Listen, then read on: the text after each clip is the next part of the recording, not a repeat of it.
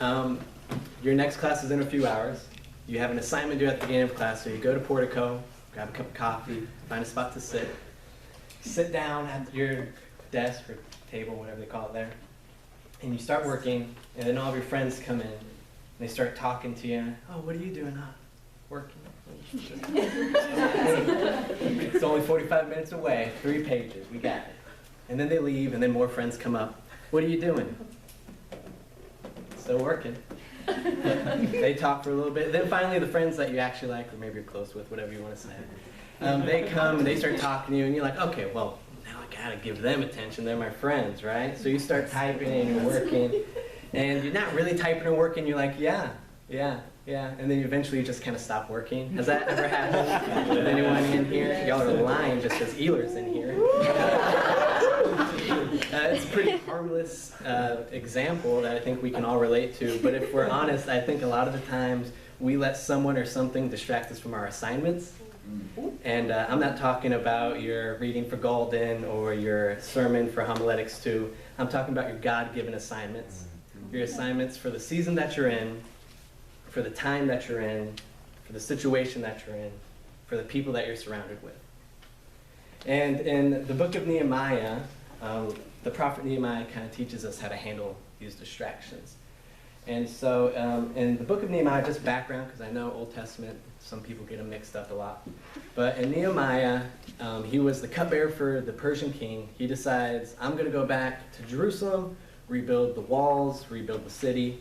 The Persian king says yes. He goes back with some other Jews, and they start rebuilding the wall. And in Nehemiah chapter 6, well, first off, let me back up real quick. What you have to understand is that people moved back into the city. They moved back into the area. The Jews were gone for 70 plus years, so they were like, this is our land now, so we don't know what you're doing back here. They weren't really a fan of that. And in Nehemiah chapter 6, Nehemiah's on top of the wall. He's rebuilding it. And some of the leaders of these other groups come and ask him, hey, do you mind coming down and talking to us? And in Nehemiah chapter 6, verse 3, in the NIV, Nehemiah responds with, I am carrying on a great project and cannot go down. Why should the work stop while I leave it and go down to you? Some other translations say, I am doing a great work, or God is doing a great work. And Nehemiah didn't talk to these men because he realized that they weren't going to help his situation, they were only going to hinder it. At this time, there was a conspiracy that Nehemiah thought that these other leaders were going to kill him so that he couldn't finish the wall and the Jews couldn't move back and they could keep their land. And Nehemiah understood that what he was doing was more important than engaging in some dangerous distraction. I believe that God in everyone wants to do something great in them, wants to do something great through them, but you have to understand that you have to focus on the task that God gave you. You have to focus on the task that he gave you for this situation. And oftentimes we get distracted. We look at other things, we engage in fruitless conversations, and we engage in dangerous distractions. And sometimes I think we let these dangerous distractions, we engage in these dangerous distractions, not because we don't want God to do great works, but because sometimes we think our assignment isn't that great. Nehemiah could have easily said, well, I'm the cupbearer for the king. I haven't been to Jerusalem in forever. Who cares if I go back and rebuild that wall? I'm not connected to that city. He could have never started. He could have went, and when it was tough starting to build the wall, he said, well, it's too tough. No one's really for me. Everyone's against me. I'm just not going to finish.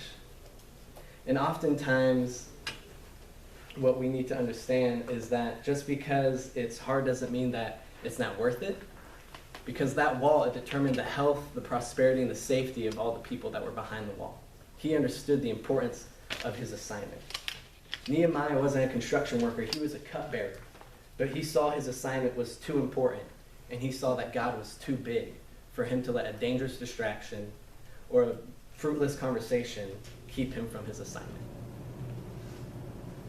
And I know what you're probably thinking, well, dangerous distraction, yeah, I probably wouldn't go talk to people who wanted to kill me too. Dangerous distraction doesn't have to be your enemies that are trying to kill you. It can be your friends that you spend more time with than the time you spend with God. Your dangerous distraction could be, well, I'm a senior at a Christian college, so I'm trying to get that ring by spring because I don't want to do ministry alone. We all are against it until it's time to be a senior. Whatever it is, you need to decide in your heart of hearts, is the assignment that I was given for this season, is the God that gave me this assignment, are they more important than the distractions? Distractions, they're enticing. They sound fun, they look fun. Oh, I can go do this instead of, prepare for this ministry that's coming up. Oh, I can go do that. I don't have to show up to that practicum church on Wednesday night because, it's just practicum, so I can just get them to sign it. Who cares? Got real quiet. Yeah. We can do that. Distractions, they're enticing. But you need to understand, and you have to decide before that decision is made, before you're presented with that decision, are you going to stay true to your assignment? Are you going to run after your assignment? Are you going to understand that your assignment is more important than your distractions? So I'll leave you with this real quick. Just like Nehemiah, he understood the importance of those walls. He understood that if I don't build these walls, Jerusalem's not going to succeed. The people behind these walls are not going to be healthy. They're not going to be happy. They're not going to prosper. And just like us as future leaders or current leaders in the church, we need to understand that the tasks we are given are going to determine the health, prosperity, and protection of the people under our leadership.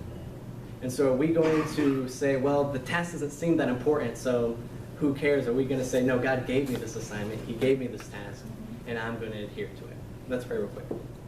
Dear Jesus, thank you for this amazing class with so many amazing people, the amazing sermons, and how your Spirit has moved through all of this. In your name we pray. Amen. Amen. Amen. Amen.